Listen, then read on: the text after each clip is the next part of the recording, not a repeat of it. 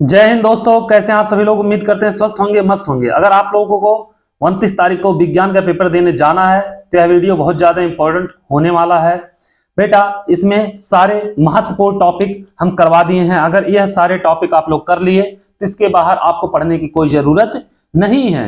अगर कुछ भी नहीं पढ़े आप लोग तो यह सारे टॉपिक 50 जो महत्वपूर्ण 50 टॉपिक है बेटा, चैप्टर नंबर 1 अध्याय 1 से लेकर 14 तक, उस सब हम इसमें बता दिए कौन कौन सा टॉपिक आपको पढ़ना है।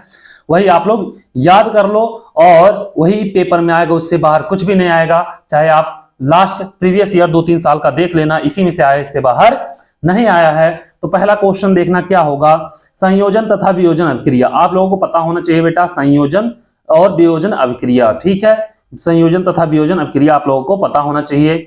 और क्या ऊष्माक्षेपी तथा ऊष्माशोषी अभिक्रिया, यह भी आप लोगों को पता होना चाहिए। ऊष्माक्षेपी अभिक्रिया क्या होता है, ऊष्माशोषी अभिक्रिया क्या होता है, ठीक है।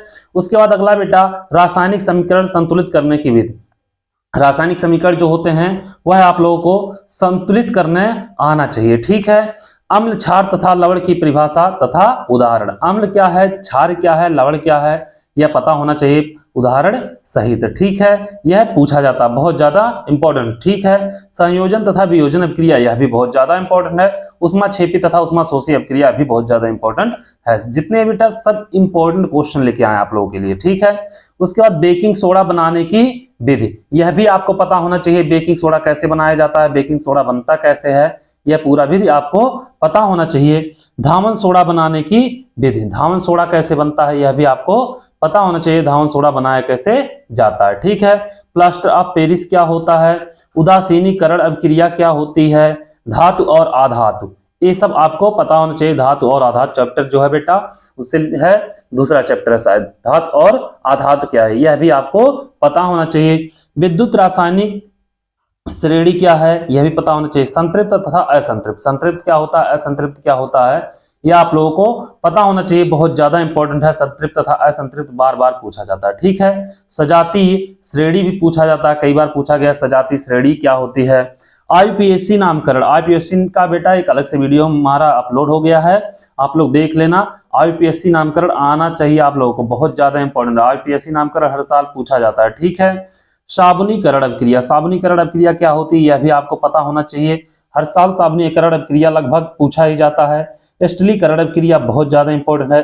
पाचन तंत्र और श्वसन तंत्र और उत्सर्जन तंत्र, ये तीनों में से बेटा एक न एक पूछा जाता है हर साल। पाचन या तो श्वसन या तो उत्सर्जन, हर साल इन तीनों में से एक न एक पूछा जाता है, ठीक है। लैंगिक जनन, अलैंगिक जनन, इसमें से दोनों में से भी एक पूछा जाता है। लैंगिक जनन पूछ लेगा या अलैंगिक जनन पूछ लेता है, ठीक है।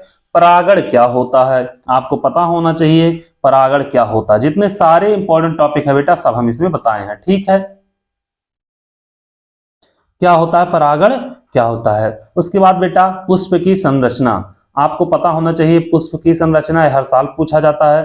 नर तथा मादा जनन तंत्र, यह भी पूछा जाता है। नर तथा मादा जनन तंत्र भी हर साल लगभग इसमें या तो नर पूछाएगा या तो मादा पूछता है, ठीक है।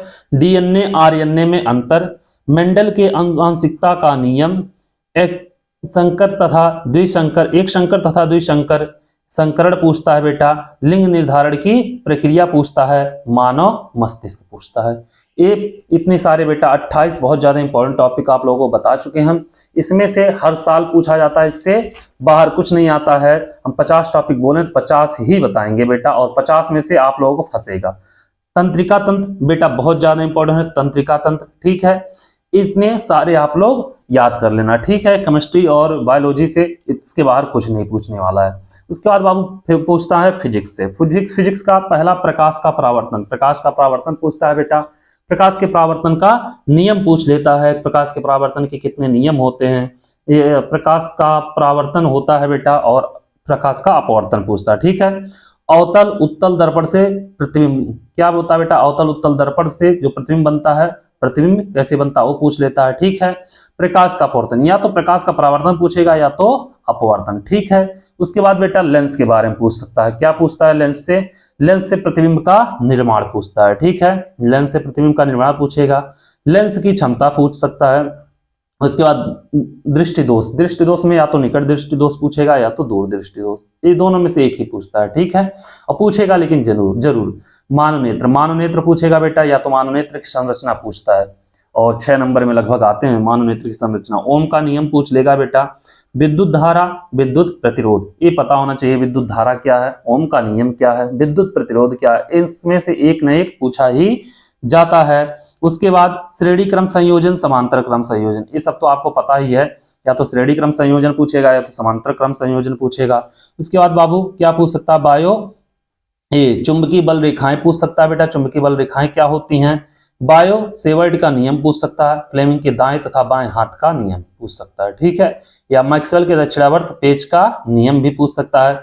विद्युत धारा के चुंबकीय प्रभाव बहुत ज्यादा इंपॉर्टेंट है, फैराडे का नियम मोस्ट इंपॉर्टेंट बेटा, ओजोन परत का अपक्षय, ऊर्जा के स्रोत, 50 मोस्ट इंपॉर्टेंट टॉपिक हम आपको बता चुके बेटा। इससे बाहर कुछ भी नहीं पूछेगा, एक चीज ध्यान देना, इससे बाहर कुछ भी नहीं पूछेगा। आप लोग बैठो अभी से, एक एक हेडिंग को देखो और ये 50 हेडिंग याद कर लो, ठीक है। इससे बाहर एक भी क्वेश्चन पूछने वाला नहीं है, और पेपर में फोड़ के आओगे, ये मेरा गारंटी है, ठीक है।